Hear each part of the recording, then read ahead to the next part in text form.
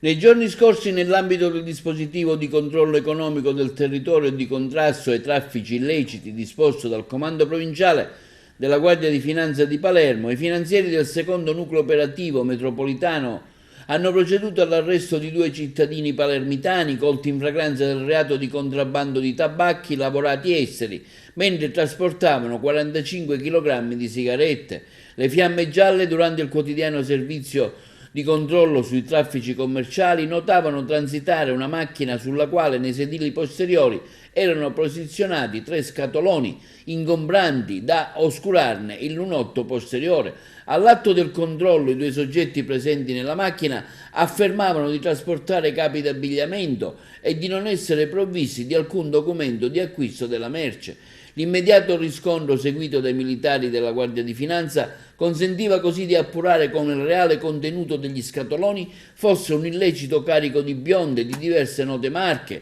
tra cui Marlboro, Winston, Philip Morris, Merit. I due soggetti venivano così tratti in arresto in violazione dell'articolo 291 bis del testo unico delle disposizioni legislative in materia doganale per contrabbando di. L'odierna attività di servizio mira quindi a contrastare la commercializzazione di sigarette in ambito nazionale in assenza del pagamento dei diritti dovuti all'erario, ammontanti nel caso specifico a circa 9.000 euro, nonché alla tutela dell'economia sana